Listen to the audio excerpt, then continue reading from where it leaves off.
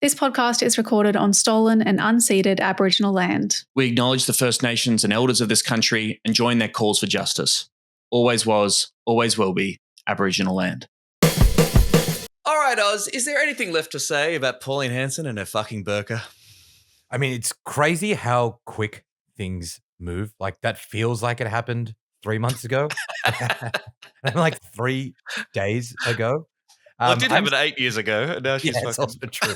I'm swiping this from you, Tom. This is a note you sent me earlier. So I'm sorry to steal it because it's a question that I've not been able to stop thinking about since you raised it. Where is she getting the burqas from? Is it the same burqa that she used in 2017? No, she just got one. But it's been sitting in the back of a closet for the past 8 years, just in case.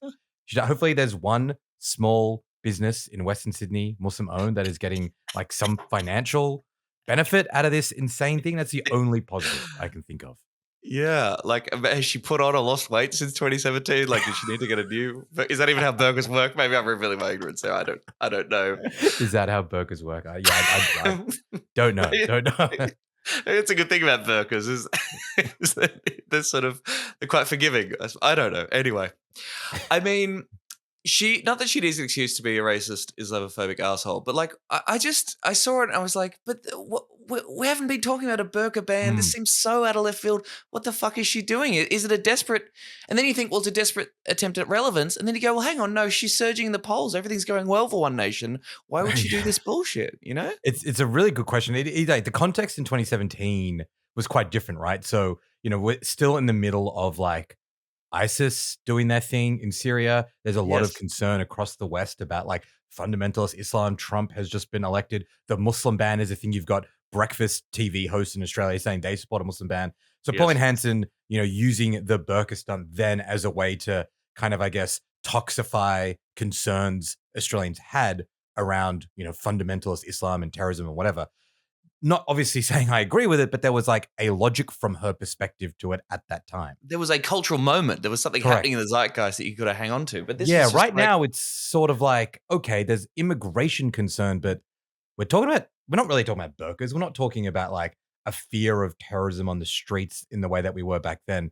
It does seem odd. And yeah, like you said, it's like she doesn't seem to have really grasped that, hey, your party's doing extraordinarily well in the polls.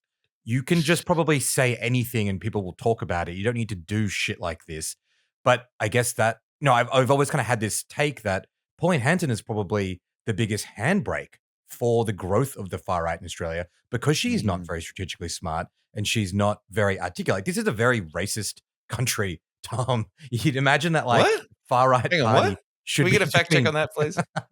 You'd imagine the far right party should have been doing better for a long period of time. I think that's because they haven't been very strategically smart. And even now when they are doing well, they do something like this that sort of just distracts from what they're trying to talk about or what voters want them to talk about. It was a very, very odd couple of days in Parliament. But then, so is it all still making it about her? So she knows she's going to get censured for this. She gets banned from the Senate for the week. Does she then get to play into this narrative of like, they're trying to shut me down, they're trying to silence me? You do something as simple as wear a burqa into the federal Senate and people get all uppity and they call you a racist. You do something racist and people just call you racist. What the fuck's up with that? But again, just still trying to capitalize off the narrative that, the establishment hates me and they're trying to silence me even though I'm speaking the truth and standing up for everyday Aussies. Yeah, I think that is right. I think that's the line that she's probably hoping connects with people, even if they're not thinking about the burqa issue specifically. It's like, I'm just a regular Aussie trying to raise issues and the major parties are teaming up against me. That probably does help her. I think, and like, we're going to talk about one of the very few like substantive political issues that the government is putting forward at the moment. But I think part of the reason also why this took so much energy and attention is there's not a lot going on in Parliament right now. Like, there just really isn't. Like, the government doesn't have a lot of initiative or drive. It's the last sitting week of the year before they break for like 3 months.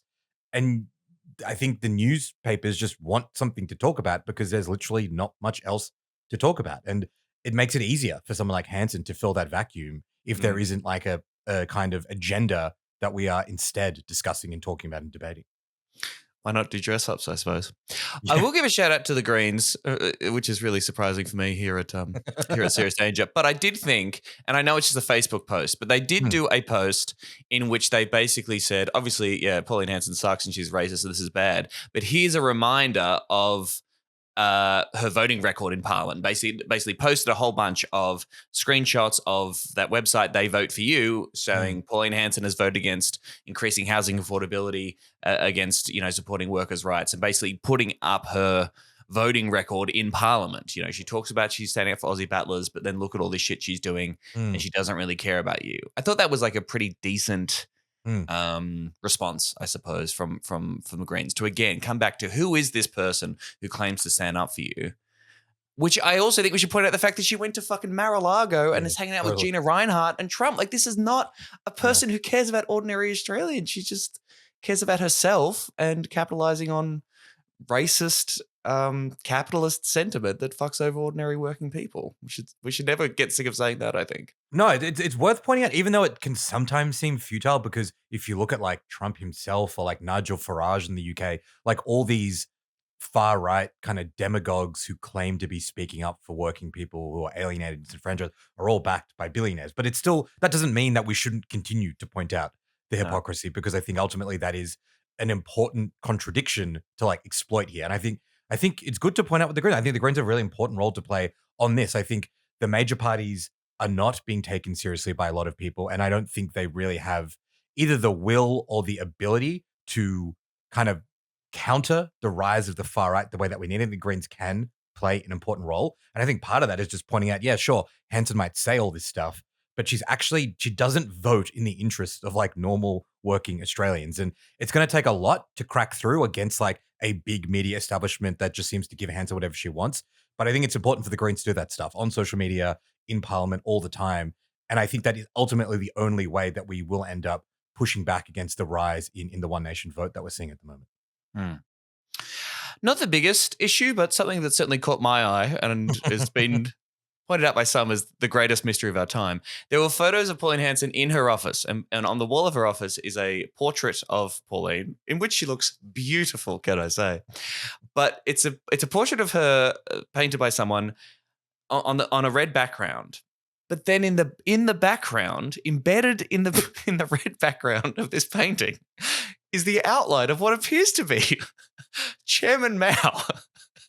And I said this to you, a few people were saying, like, what the hell is going on? Like, who put it there? Is this like a request that she made? Is it the painter? Is the painter like kind of trolling her or something? What did you think when you saw the ghost of Chairman Mao over the shoulder of Pauline Hanson? So, okay, a few things. I didn't notice this until you pointed it out, but now going back and looking at the photos that Hanson like released to the Sydney Morning Herald of her and Barnaby Joyce like having this steak dinner, and you see the portrait in the background, it is so obvious. Like, she must walk in to her parliamentary office every day and see Chairman Mao looming over her left shoulder. It is fucking crazy. Why isn't this like front page news? This is like a incredibly funny and bizarre story about Pauline Hanson having a portrait in her office of herself, one, which is kind of funny, and then two, behind her is Chairman Mao. Like, what the fuck is going on? It's amazing. Okay, so the Ages CBD did sort of investigate this back in 2023. Right, okay. But it doesn't seem... What do they say? What do they reveal? There is a general observation from many that the Archibald appears to be woke, lean to the left, and is biased. Okay, so this is her painting for the Archibald Prize. Gotcha. That's not how I think. Okay, so it was... It was her painting for the Archibald Prize, but we don't have an explanation as to why the image of Chairman Mao is in the background, which, I don't know, CBD, maybe dig a little bit further because we need more answers here. Do some work. I mean, it's also like a very red portrait, which doesn't feel like a coincidence considering that there's Mao. The artist is a Queenslander called Mary Sparks, which sounds like a fake name. But Tom, my commitment to you and the listeners of this great podcast is I will use my investigative journalism skills to get to the bottom of this over the next week or so. Well, as long as it takes, please, if you could. True. If you want to hear us speak more to this deeply shameful and embarrassing and highly cringe moment, I highly recommend checking out Lamestream the Thursday installment of that from this week. But since then, we've had the news that Barnaby Joyce has formally resigned from the Nationals, ending his 20-year parliamentary career with the party he twice led, as he confirmed he was strongly considering running for Pauline Hanson's One Nation as a Senate candidate. In a move that sparked Nationals allies to accuse him of betrayal, Joyce announced the decision in a short statement to the House of Representatives just before the final question, insisting it was clear his party didn't want him anymore. He's going to sit as an independent until the next election, and he's going to figure out what he's going to do, yada, yada, yada, yada. After 30 years, this is an amazing quote. After 30 years with the National Party, I'm resigning from the party. I apologize for all the hurt that will cause other people. I really do. But it's not the most important thing. What is really important is that we understand those dealing with the cost of living crisis, that we go into battle them. Now, I don't know if that's a typo or a misquote or if he just forgot to say, for them, but it really does seem like Barnaby's just going to go after people who are struggling with the cost of living, which is great. Joyce said Peter Dutton twice asked him to resign last term after he made headlines when filmed lying on his back on a Canberra street swearing into a mobile phone. I just think that's a great sentence to have in the news. National Senate leader Bridget McKenzie said on the ABC, everyone is salivating at the idea of Barnaby Joyce and Pauline Hanson travelling around the countryside. But, Barnaby is not a racist. I reckon if he joins One Nation, then he's pretty racist. Yeah. That's a pretty racist thing to do. That's up there as one of the most racist things you could do, is to sign up and actively campaign for a political party that is dedicated to maintaining a white Australia. So that's me. Do you think he's going to go? Is this what he's going to do? Is he going to become the leader and go back in the Senate? What do you think's the future? He's definitely going to join the party. Like, this has been like the most drawn out, like, obvious thing in the world. Like, everyone is pretending. The kind of press gallery is pretending like, like he's weighing it up and he's having these dinners and what's going to happen. It just seems so obvious that Joyce is going to do this, but he wants to be able to say with a straight face, I've thought about it really, really hard. I've treated the party and my constituents with respect. I took a long time to decide whether I wanted to leave the party. I then left. I sat as this independent. I thought it all up.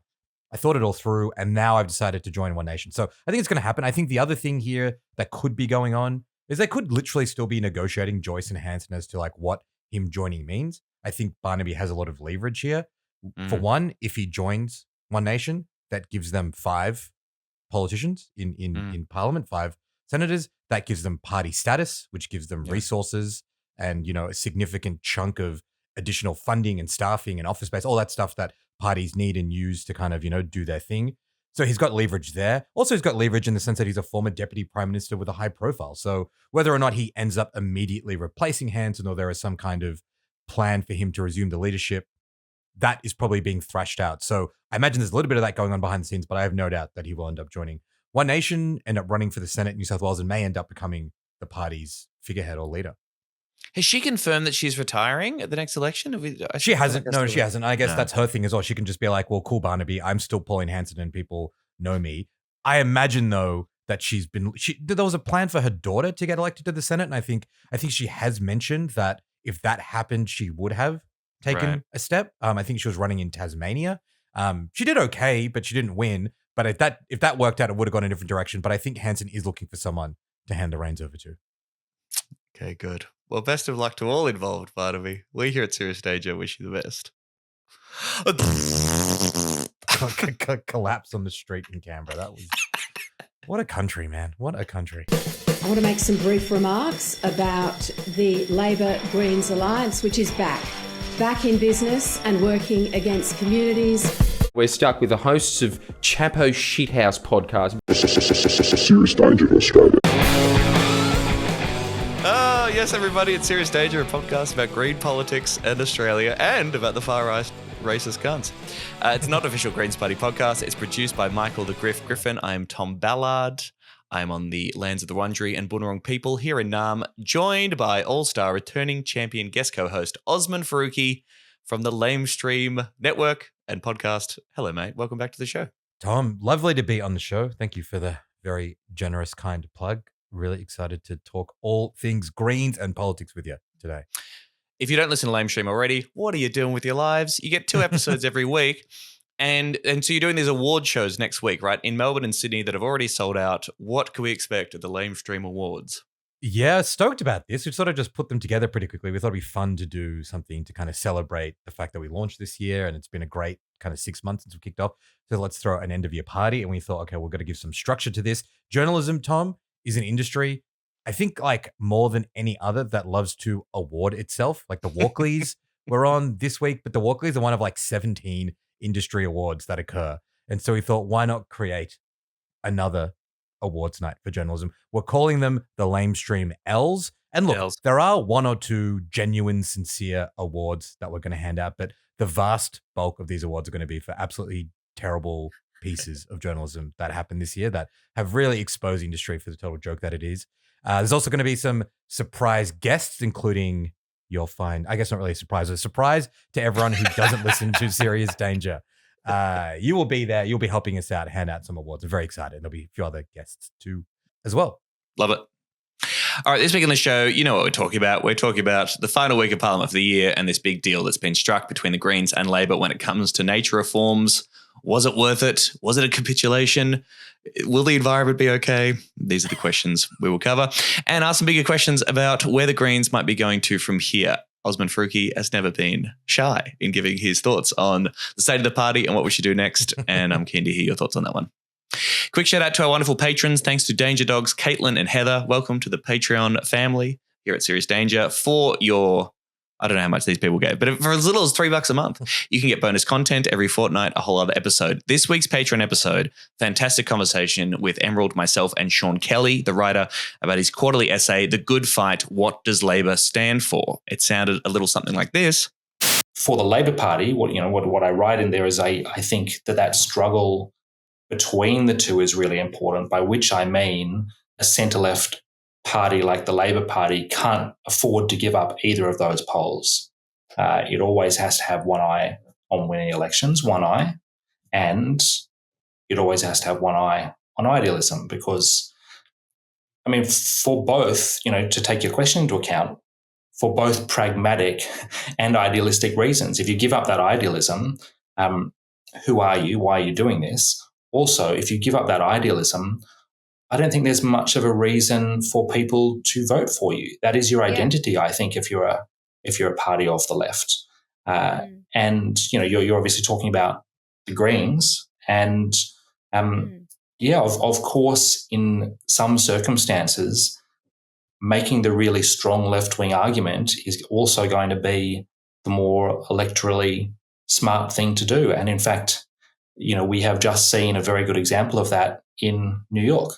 Man, it was a great conversation. Have you got to read that essay yet, Oz? I haven't read it yet, but I do. I really enjoy Sean Kelly's writing. I think he's one of the smarter people who writes for like the mainstream media about the set of politics right now, and his insight into Labor is really fascinating, because he obviously understands the party. He worked for Kevin Rudd, and I think he wants the party to be good and effective and more progressive than it is, but understands like that it isn't. And that's just a useful perspective to have. So interested to read the essay, interested to listen to your chat with him and Emerald as well. I think you'll like it. Again, the most damning stuff is just the quotes he's collected from Anthony Albanese being asked, what do you believe? Him being quite unable to Catholic Church, assassinating Rabbitohs. Yes. Labor. We are Labor. Yeah. Labor. It's a really great episode. And if you sign up to the Patreon, you can support our show and you can get that bonus content. Quickly, also, quick shout out of love and solidarity to everyone who is in Newcastle this weekend. The Rising Tides People's Blockade is happening again. Of course, we were there last year. Emerald and I, we did a live show and we were blown away by the level of solidarity and activism on there. The fight for ending fossil fuels and trying to block the world's biggest coal port continues. So if you are there listening to this episode, we love you. Thanks for the great work you're doing. If you're getting arrested, good luck out there. Take care of yourselves. And thank you for partaking in the protestival and taking a stand for the climate. You're cool. Strong agree. It's deal or no deal time. What I'm saying is, Grant, I think it's time to be mature. Yeah? You're going to put your big boy pants on? Grant, I'm going to have to take the deal there. That could be a smart bit of play. Congratulations, mate. Appreciate it. Thank you. Sometimes it ain't worth the risk. Yeah, I don't think think that. Let's find out if it's the right decision then, shall we? Let's find out. All right, little peek behind the curtain. I sent a text to Els. I said, hey, man, do you want to co-host Serious Danger this week? You replied, hello, mate. Yeah, happy to, though I may be teeing off if the Greens end up doing some shit deal on this Enviro bill. I listened to Thursday's Lamestream and you were sort of saying, that you recorded that before we got the news about what had happened. And you sort of said if the Greens agree to a deal, it'll show they're pretty terrified of the Labor government controlling the narrative and this political backlash of being perceived as blockers. Then on Thursday morning, I got a personal email from my good friends, Larissa Waters, Nick McKim, and Sarah Hanson-Young saying, hi, Tom. I was like, wow, hey, guys. We have some important news to share with you. The Greens have reached an agreement with the government to pass significantly improved environment laws that provide new protections for native forests, better regulate land clearing, and stop the fast tracking of coal and gas projects. Because of the Greens' work and people like you speaking up, again, me, I didn't realize. Well done, Tom. We've secured outcomes that so many forest campaigners have fought for across decades. This is an important step for people, nature, and the places we love. When these draft laws were first released, they were a wish list for destruction. They were written in the interests of mining companies and would have further gutted our already broken environment laws. They would have made it faster and easier to approve more coal and gas projects and to log more native forests, and harder to protect nature and communities. This bill is better than the laws we have now. It is far better than what we would have been delivered if the government had done a deal with the climate deniers in the coalition, which they were about to do. We didn't get everything we wanted. This is the best we could get out of a government clearly captured by corporations. Osman, did they shit the bed? Is this a shit deal? Are you going to tee off? Over to you, sir. There's a lot to say about this one, Tom. I think the first thing to answer your question pretty directly, I don't think this was a shit deal. Like, I don't think this was an awful capitulation. I don't think this was an example of the Greens, voting for something even though they didn't get anything. I think it's pretty clear that they did manage to push Labor to improve a pretty mediocre bill. This bill, the kind of very quick context to it, remember this was being negotiated before the last election between the Greens and Tanya Plibersek. Albanese stepped in, and said, look, the mining industry in WA don't want this. We're killing it. He got rid of Plibersek after the election. Murray Watt comes in, has a watered down version of the bill. So the bill as the starting point was pretty bad, right? I think it's fair to say to the Greens that they're not misrepresenting things in this email. They did manage to negotiate some good progress on things like native forests and things around the approval processes for fossil fuel projects as well. But I think that's not the end of this story, right? Because there's big questions in terms of what the Greens' political strategy is in this term of Parliament, how hard they should push, and at what moments they should decide to say, even though this bill, we've made it slightly better than it was previously, is it good enough for us to actually support through Parliament, knowing that by doing so, we are pretty much effectively taking this issue being the environment, off the table for the rest of this parliamentary term, and giving Labor a bit of a big tick from the Greens' perspective for an issue that is so crucial to our existence and that is so important to our voters. So there's a question about, yes, the pragmatic reality of whether this bill has been improved, and then there's a much bigger question around what is the Greens' political strategy and does it make sense to try to slightly improve bills like this and then vote them through. And it's kind of on that second bit that I've got more concerns and more questions about what the Greens are hoping to achieve. And I'm saying that because I want the Greens to develop a political strategy that pushes Labor as much as possible, but also helps maximize the Greens' ability to campaign and build their vote at the next election. Hopefully that'll make sense. It totally does, yes. And let's get to those bigger questions in a moment. Let's just for the moment focus on these wins in the bill. Sure. To put a bit of meat on those bones. So the Greens are listing as the things they've secured. New protections for native forests. This is what they're leading with. This is the big wing. Native forest logging will now be included under federal environment laws after being exempt for over 2 decades.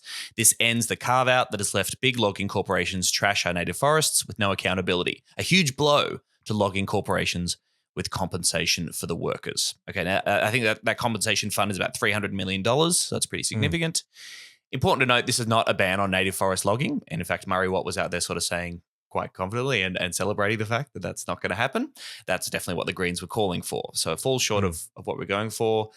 Labor initially wanted a transition period of 3 years, like they take 3 years to bring native forest logging into federal environment laws. The Greens got that down to 18 months. So they're sort of carving that as a win. But that's certainly, the number one achievement and people focusing on greater protection of her native forests without going the step and saying, this industry needs to end. So that's what they're leading with. Close the loopholes for land clearing. Most land clearing has never been assessed under national environmental laws. Removing the exemption will provide greater protection for habitat and threatened species right across the country, including protections around the Great Barrier Reef.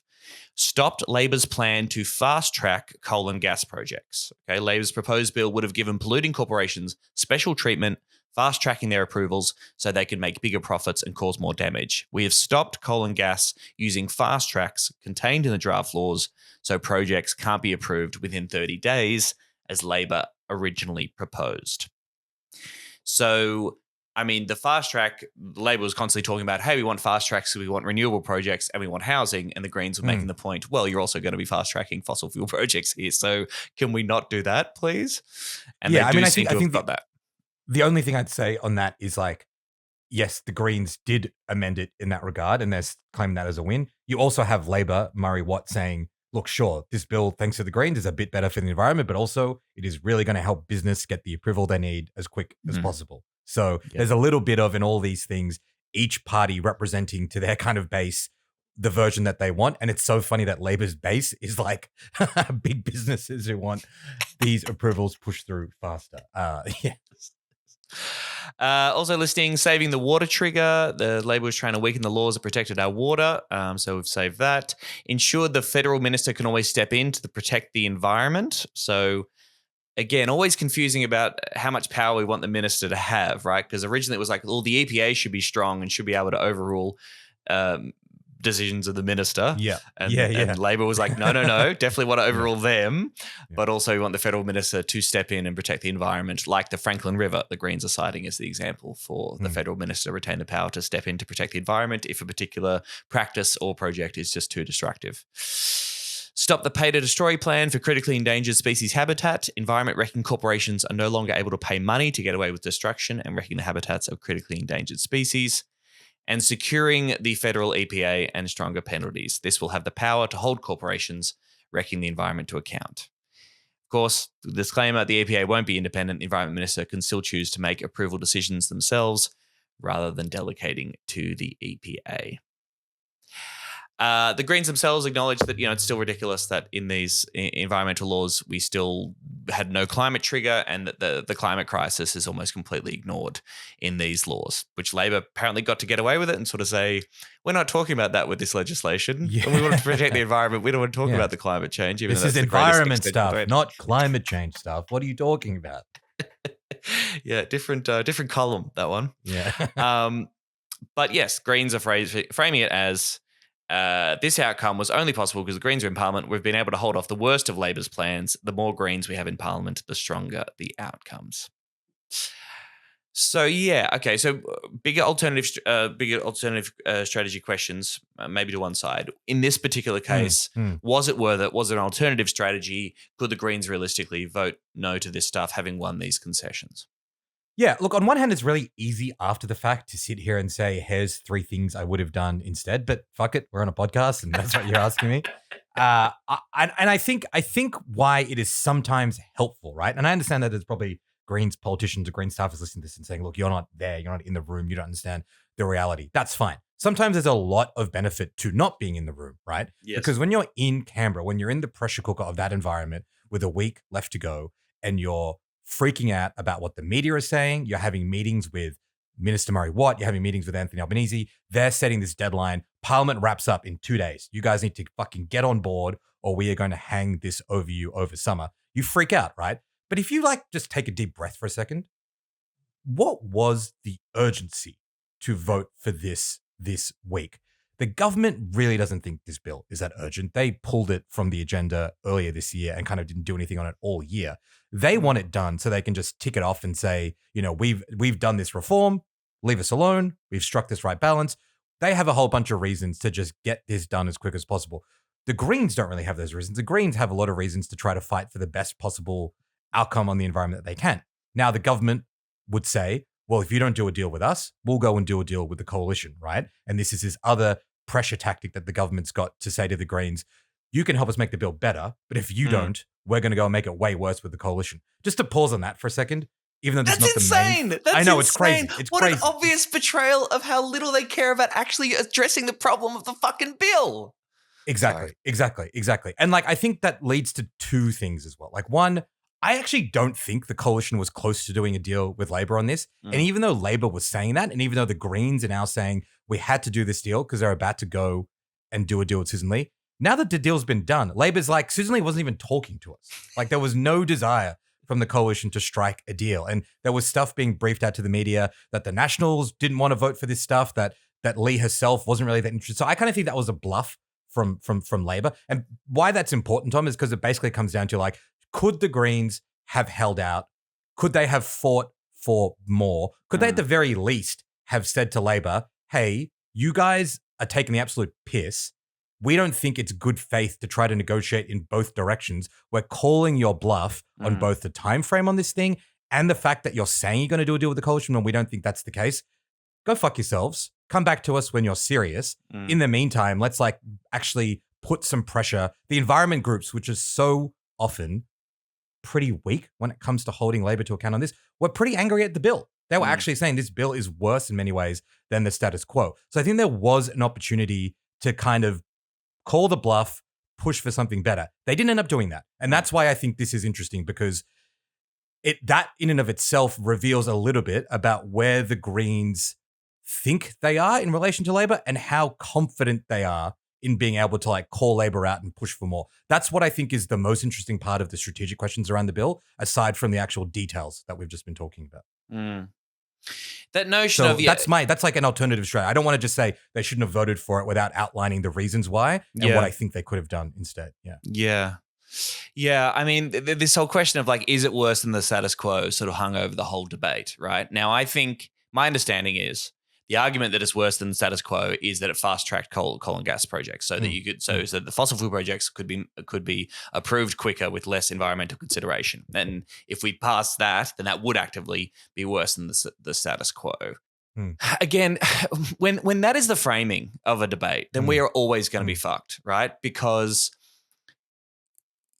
again, there is never pressure on the Labor to explain why their legislation sucks. The pressure is entirely mounted on the Greens to explain why they wouldn't possibly vote for this thing that might slightly improve the status quo. And I know the Greens try very hard to reframe that and say, hang on, when you say don't let the perfect be there to be good, as Emerald has said on the show many times, why aren't we trying to be perfect? Shouldn't we be trying to get close to perfect as humanly possible? But no, the creation of the legislation from Labor, that's just like a natural force, and there's no interrogation as to the the interests being played there, feeding into the drafting of the bill. So then, yes, it always turns around to the little greenies and why are they being toddlers and throwing out the toys and chucking a hissy fit when they don't get everything they want. Everything they want being nature laws that actually protect fucking nature. Yeah, it's not a crazy ask. I think, and to be fair to the Greens here, like the pressure that they're under is real and significant. Like I'm not oblivious to that. Like Labor is obviously quite powerful and puts a lot of pressure on the Greens. Every single part of the mainstream media, and I was quite critical of The Guardian this week in our episode as well, because you'd expect that's an outlet whose editor, is very proud of that paper's reporting on environment stuff.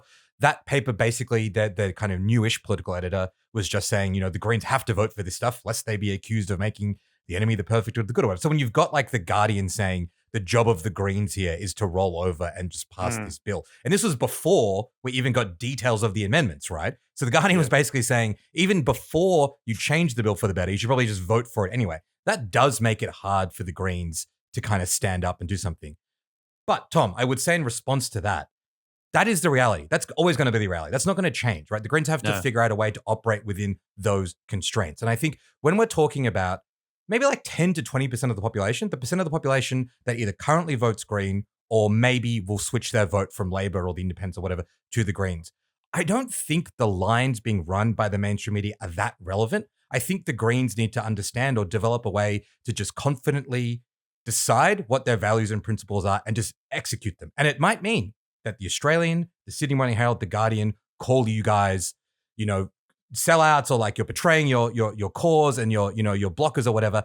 I think they need to just realize that's going to happen. So how do we respond to that? Because the alternative is what we saw this week. And it's not the first time, right? And I also just want to say it's not the worst example of this. Like, even though I've got strong views on this, I don't think this is some like massive betrayal of the movement that will stain the party forever. But I do think last term, the safeguard mechanism bill, right, on climate was a very similar thing. The voting on the HAF was a very similar thing.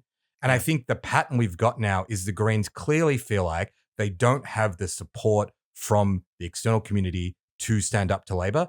Labor knows that. Labor's not dumb. Labor's having these conversations and they're like, cool, what is our incentive to give the Greens more? If we know that they're going to freak out and vote for it all the time, our mode here is just to offer up the weakest possible version of this bill. The Greens will vote for it because they're too scared of being accused of being blockers.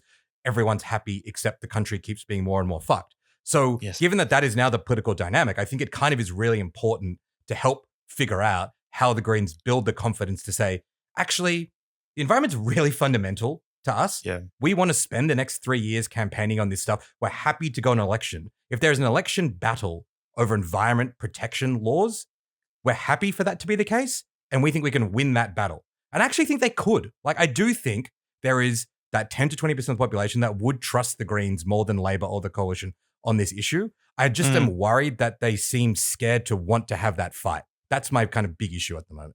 Yeah, particularly on this. I mean, I saw some phrasing saying the Labor was saying it's either now or never. It's this week or never. And you're like, hang on. You are going to pass nature reform bills. Like, that is going to happen. There's been a 5-year-long process. Yes, it's been drawn out. It's been drawn out a bit longer thanks to Albanese's intervention, by the way, the last parliament. No political backlash of that. Albanese isn't perceived as a blocker. No, I guess he's like, I don't know, just a sensible politician doing whatever's in his interest, as opposed to being someone who's like, kneecapping environmental progress. But anyway, that aside, it's like, certainly on this major reform, you could definitely say, no, we need more time. Here's the reasons why. And let's campaign. Yes, let's actively take on that fight and campaign on it over the summer. Yeah, it'd be a drag. It'd be tough. And there's no guarantee of success. But otherwise, the strategy will just keep happening. As you say, Labor will come out with they'll come up with a piece of legislation. They'll probably shift it a little further to the right. They'll know in their heads which of the concessions they're prepared to give to the Greens, put all the pressure on them, and then give them a very limited time frame in which they know they will cave, and they'll get through basically the version of the bill that they're perfectly happy with regardless.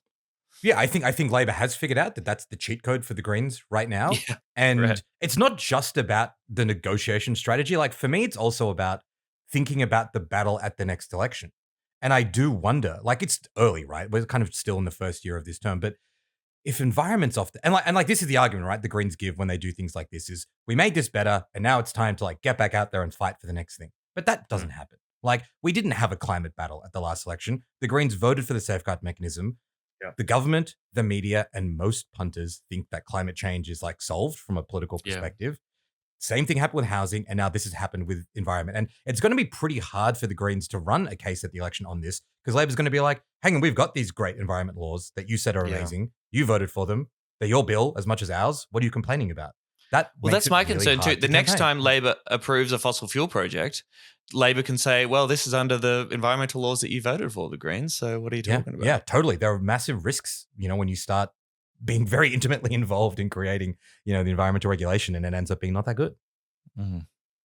Let's have a look at some of the reactions to the deal. First of all, to Graham Samuel, who's the author of this big report that started all this 5 years ago. We've expressed our cynicism about Graham Samuel. Graham Samuel, man. Fuck the ACCC. That guy, like, the ACCC is it's like the opposite of Lena Khan. Like, why do these guys? Anyway, sorry. I know you guys have talked about this, but I don't know why he's like the doyen of the environmental. Well, this is it. It was like, he's a business dude. He seems to have no environmental qualifications whatsoever. But anyway, Mr. Samuel said he was absolutely delighted that the bill amendments achieved a great balance between environmental and business concerns, which is like, okay, great. Thanks, Graham. Back in October, he was saying, I say to the Greens, I say to the coalition, please stop your political games and get on with this legislation. So kind of rhymes. Cool. It's got a Dr. Seuss thing going on there. Yeah. Great. Thanks, Graham Samuel. NGOs generally across the board, largely positive. World Wildlife Fund says nature now has a fighting chance. Australian Conservation Foundation is celebrating the close of loopholes. Wilderness Society supports Biodiversity Council. It's all qualified support. Cautious optimism is how you might phrase it. But they're generally saying, well, we look at the good stuff and the wins here, and that's great. But, and a big but is all the other stuff it doesn't do.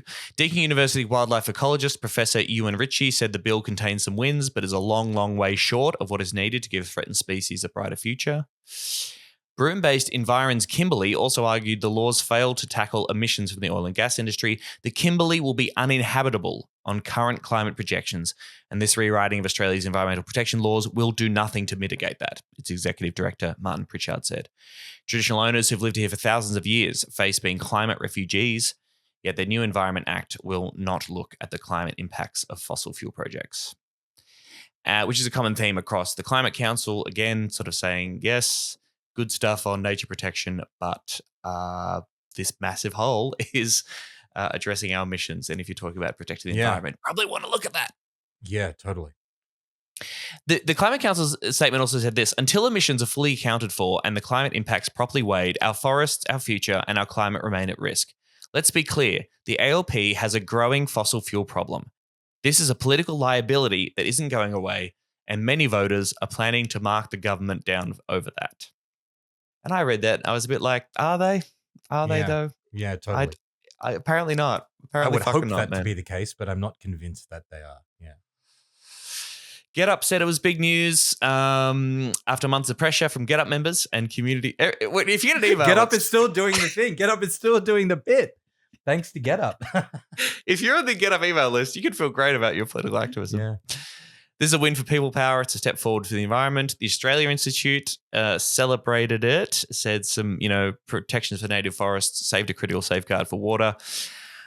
The bad news is that these destructive projects won't be approved any slower. You can't save the environment if you don't stop new coal and gas. The Minerals Council are sad, which is great. The Minerals Council of Australia said the deal did not strike the right balance. Chief Executive Tony Constable called it an inferior and disappointing outcome. While Ms. Constable acknowledged some of her council's requests had been adopted, she argued the deal would increase red tape by requiring mining operations to disclose emissions. How dare they? How dare. Just on the environment group stuff, Tom, I do think it's interesting, and I think it's really useful the way you stepped through that all there. And I would love to get your take on this. It would be very surprising for those big environment groups to really lay into the Greens and Labor. That's just not what they do. But I do note a decent dose of cynicism, and particularly from some of those experts, frustration. It is just worth saying that they're not really celebrating this. This is not a big landmark thing that they're all saying is a great result. They're saying, yeah, the Greens made it better and we want to acknowledge that, but there are huge problems here that are not solved. And that, I think, is significant because it's also about what do we do next? How do we get there beyond just talking about the ins and outs of this bill? Well, it's interesting because obviously the NGOs are pointing out the massive thing this doesn't do, which is address climate emissions. But my understanding is that climate trigger basically was taken off the table. The government was just we're not talking about this, no climate trigger whatsoever. And as far as I can tell, the Greens basically said, well, I guess that's not something we can fight for here. Maybe. But then if the Greens had not voted for this legislation and held out and said, we are not dealing with this until it has something about climate considerations, the climate trigger, a lot of these NGOs, I think, would criticize Greens and say you're letting the perfect be the enemy of the good. They would. And again, that's a challenge that they've got. But I guess now the Greens have to figure out, cool, we didn't get the climate trigger. We didn't end native forest logging. What is our plan to try to do that? What is that? I don't know. Maybe there is one. I hope there is one.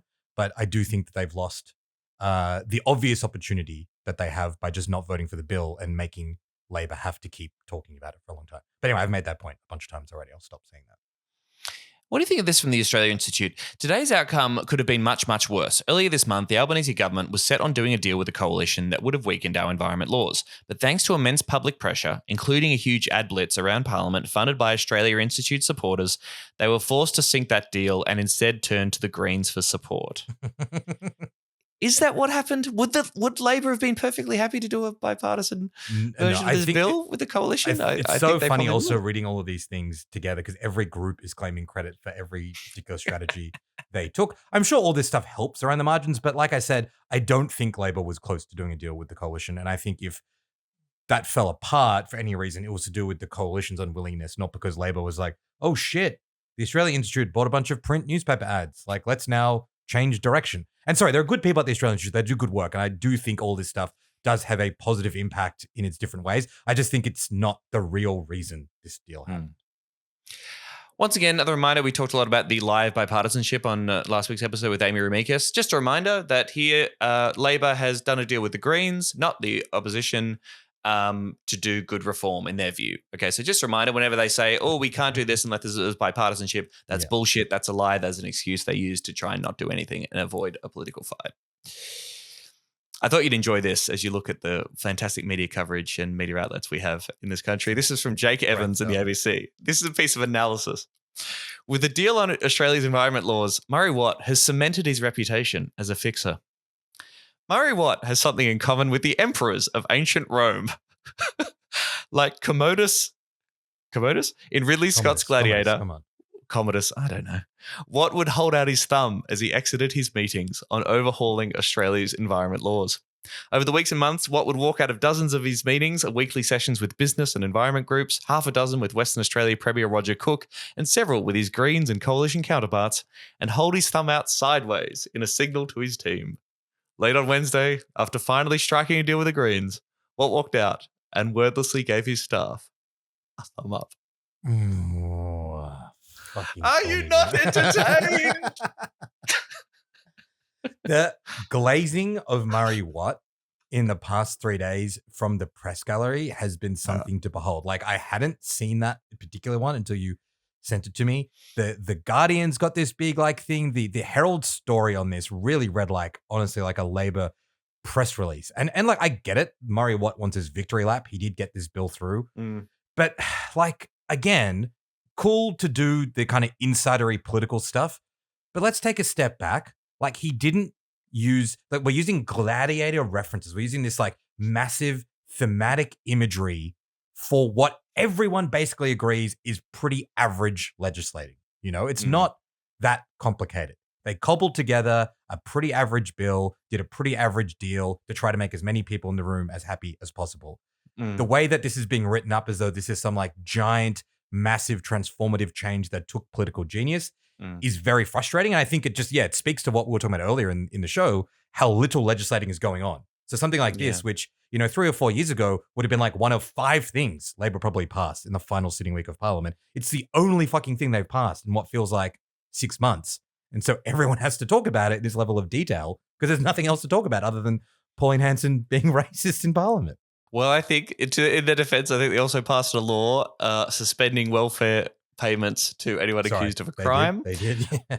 We were going to maybe talk about this week, but we've just got too much to talk about. And I know that there are great people like the Anti-Poverty Centre and the Unemployed Workers Union have been campaigning on that. I'd like to talk to someone on that in the future to get into it because that does seem incredibly cooked, but I think was definitely overshadowed by this other debate this week. But, there's another good thing.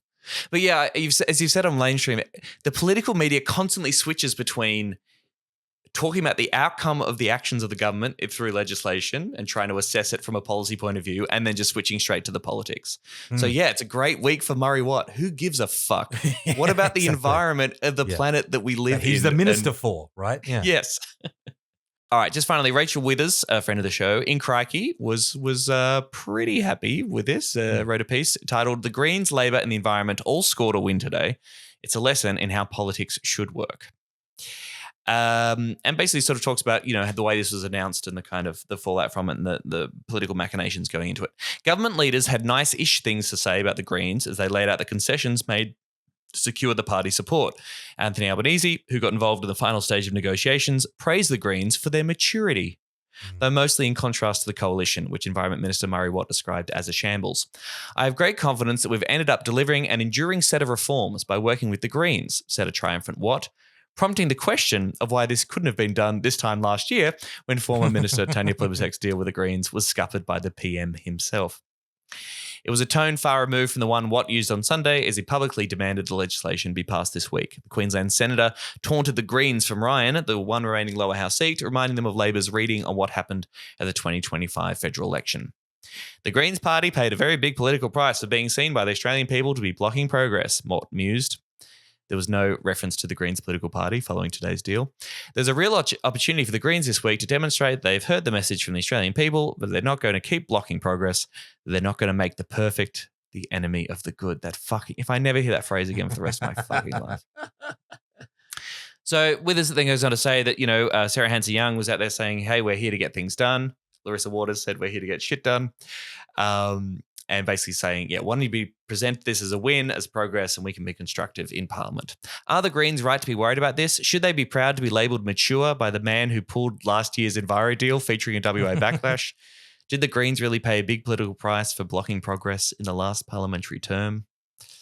These are good questions, I suppose. What do you think, Oz? Yeah, I mean, that last one is the big one. And ultimately, what side of that you land on is what dictates the strategy. And I think Labor kind of showering the Greens in praise for being mature is obviously like self-interested.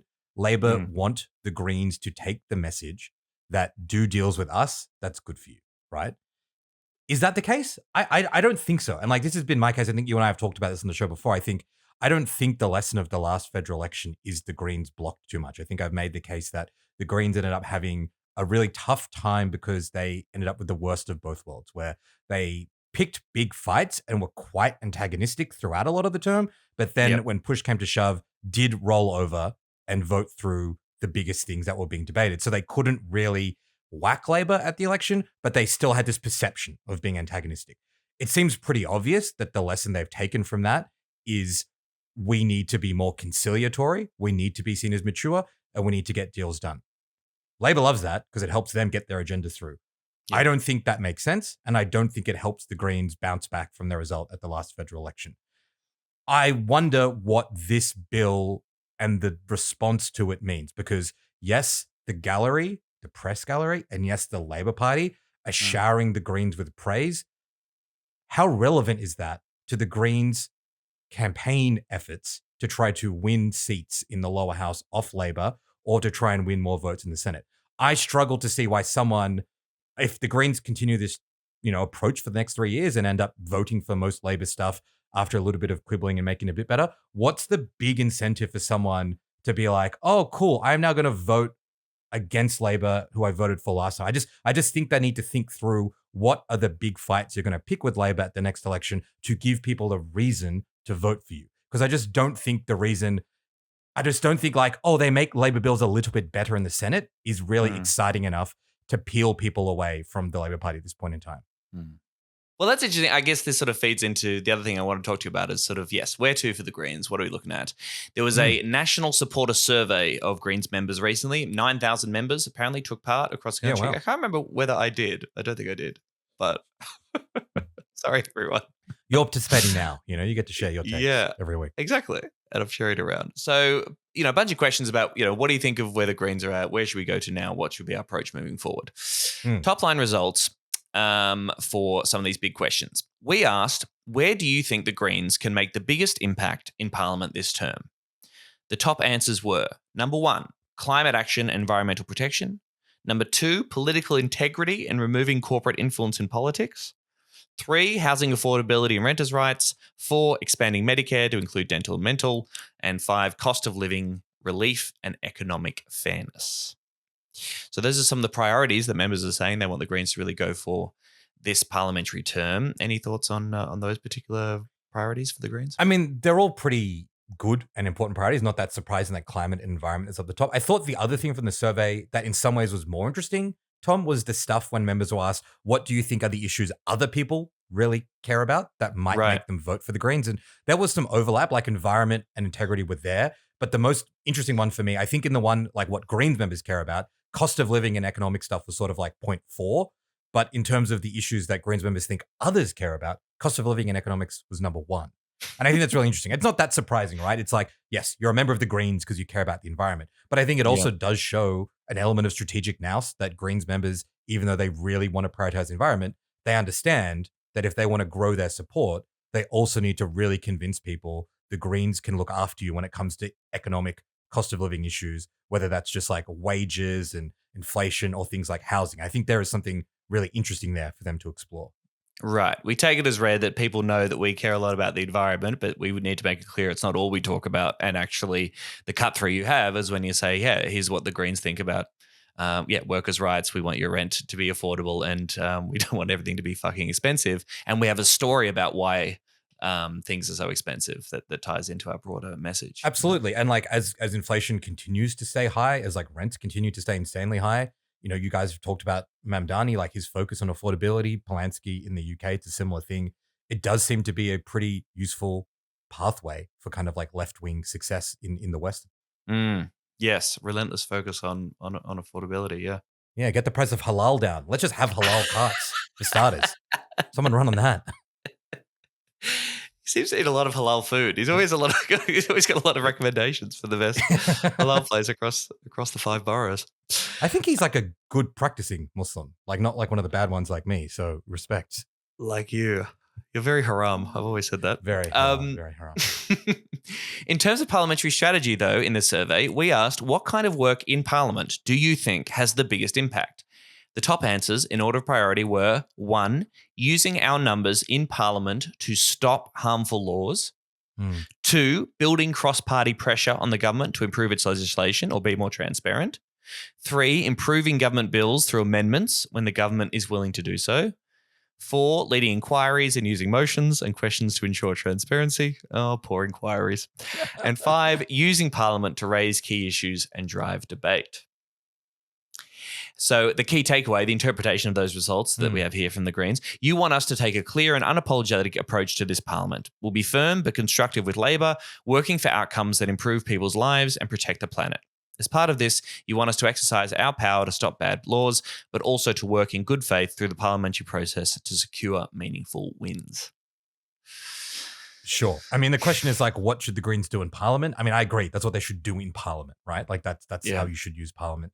Though I don't think that is the end of it, because Parliament is only like one part of the political equation, and I think the kind of tension there becomes, which is the bill that's bad enough to block, which is point 1, which what most people want, and which is the one that is not so bad that it's worth making better. And you can't really survey your way out of that. That's a political kind of judgment call that gets made up time and time again.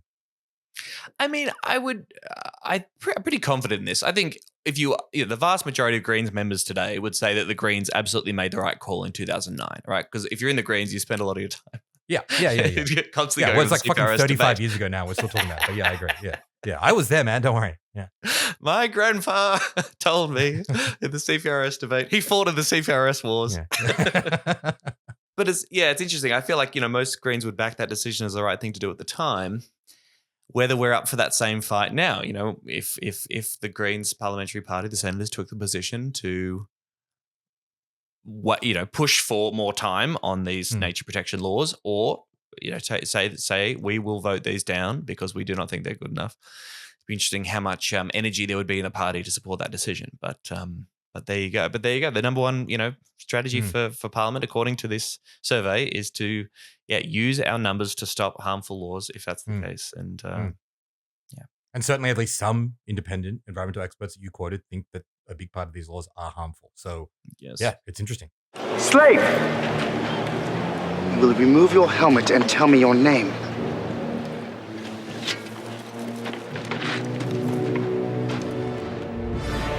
My name is Murray Patrick Watt, Commander of the Armies of the Coal, General of the Offshore Drilling, loyal servant of the true Emperor, the CEO of Woodside, father to children who will hate me as adults, and I will have my vengeance in this life or in my future post-politics job as head of the Mineral Council of Australia.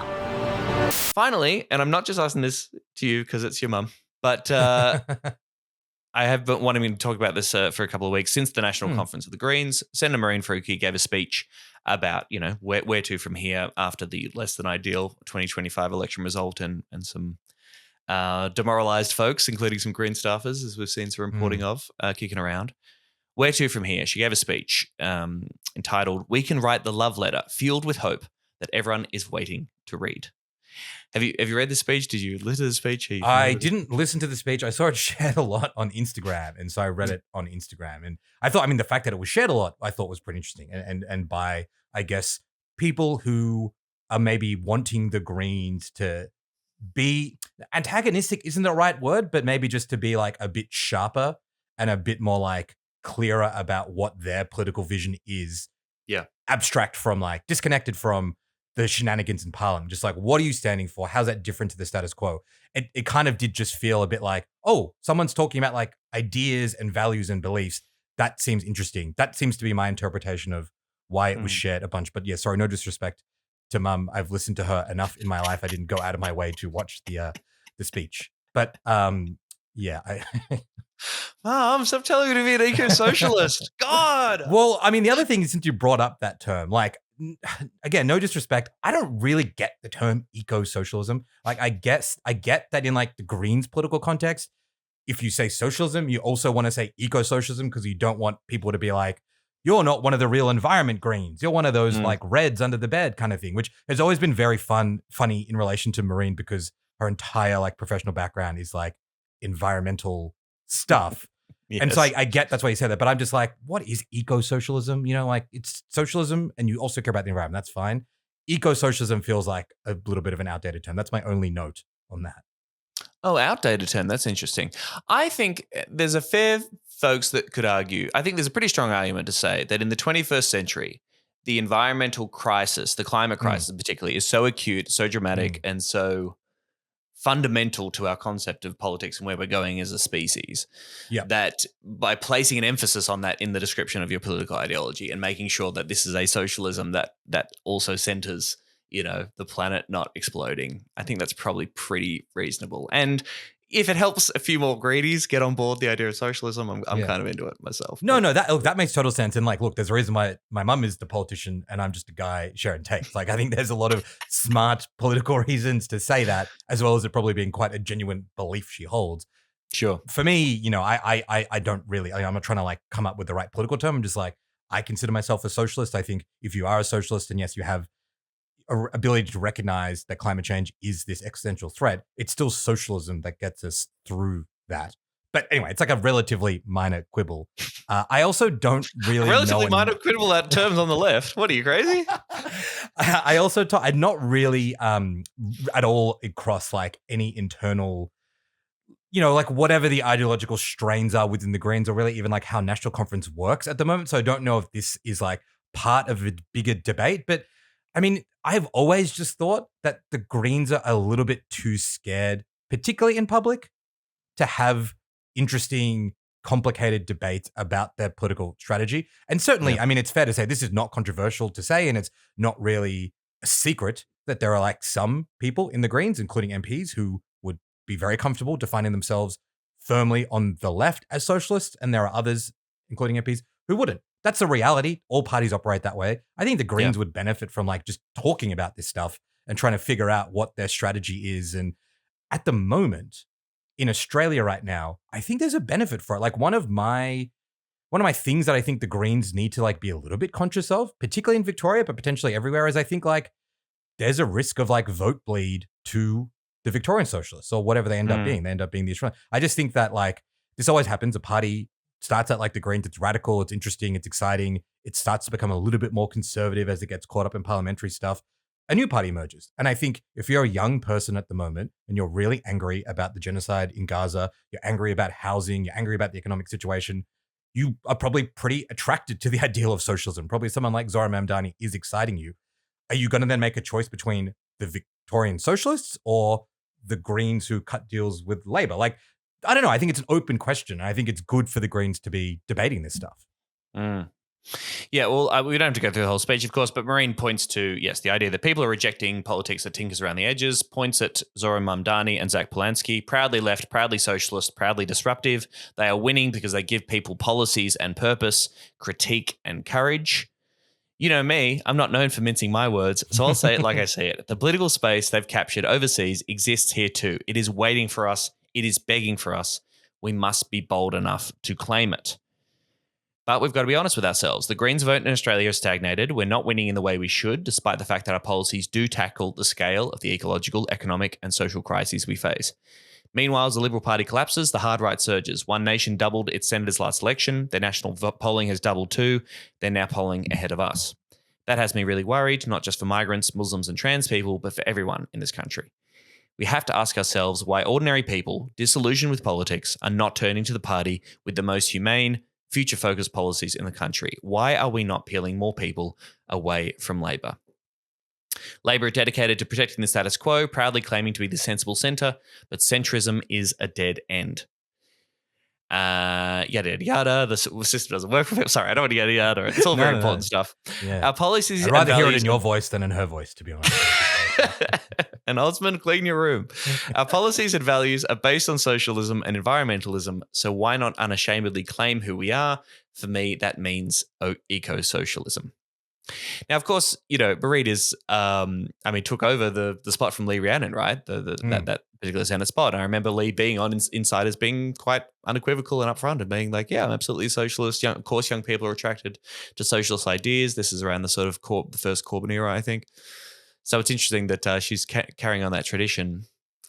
I don't know. Do you think, is there a political risk to sort of talking a lot about socialism for the Greens? Or is there, I think what people think there's more of a risk of causing trouble within the party. And so that, this person says, yeah, I'm a socialist and I think the Greens are eco-socialist. And then another MP who, as you say, might not define that way, then has to sort of start talking about that and where they think about that, which then suggests party disunity, yada, yada, yada. Yeah. I don't know. I mean, there is a fear of that. And it's not totally unfounded. Disunity is something that has plagued the left forever.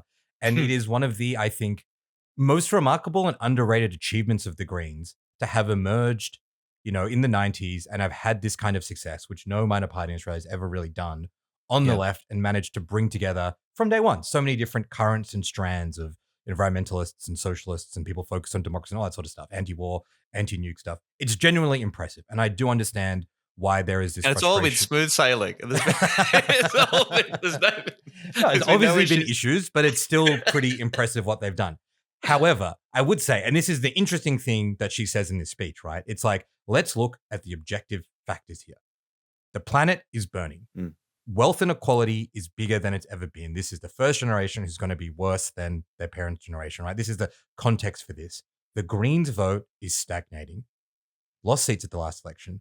One Nation is polling between 15 and 18%, right? And I've made this point on the show a bunch of times. I'm sorry to people who've heard me say it before. If you don't think that One Nation, it's not possible for them to get 20, 25%, win a whole bunch of seats, you're kidding yourself. Look at what is happening around the world. Nigel Farage is going to be the next Prime Minister of the UK. This is what is going on. So is there a time in which it is really important and even necessary for the Greens to have some pretty fundamental debates about, do we need to be more explicitly left-wing? Do we need to be more socialist? Do we need to be more radical? Or do we need to find a different path? Whatever that is. I don't know what that is, but there are clearly other people who do think there's a different strategy.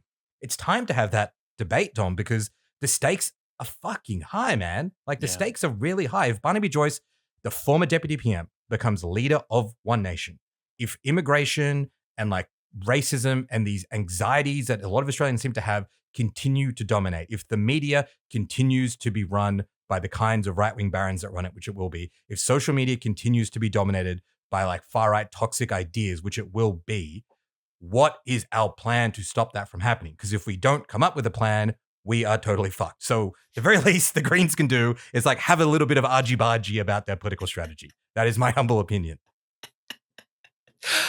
I just love it. It's what is our plan to defeat that? Well, that's all the time we have for on Serious Danger this week. But no, these are good questions. I for one, am very glad to see that speech out. That's definitely worth a read for listeners to this show. I will say that the theory that this is some kind of leadership challenge for Mehreen Faruqi, I thought was a bit ridiculous. Again, an example of no, a party should be able to have public debates about the ideological direction of it without it being read as some, incredible disunity or some threat to somebody else's leadership. That's nonsense. We've got to get a lot more mature about that stuff, I think. So yeah, it's ridiculous that both it's one thing for the media to so any kind of Greens members or activists that pass everything through leadership stuff. I think anyone who says that is kind of just reveals they have no idea what the fuck's going on. That's just not how leadership stuff plays out in the Greens. It's really stupid to waste your time on that kind of thing. Yeah, bloody oath. All right, this is generally all the time we have for, and it's been a fantastic conversation, as always, with you, good Osman Faruqi. If people want to check out your stuff at Lamestream, where should they go?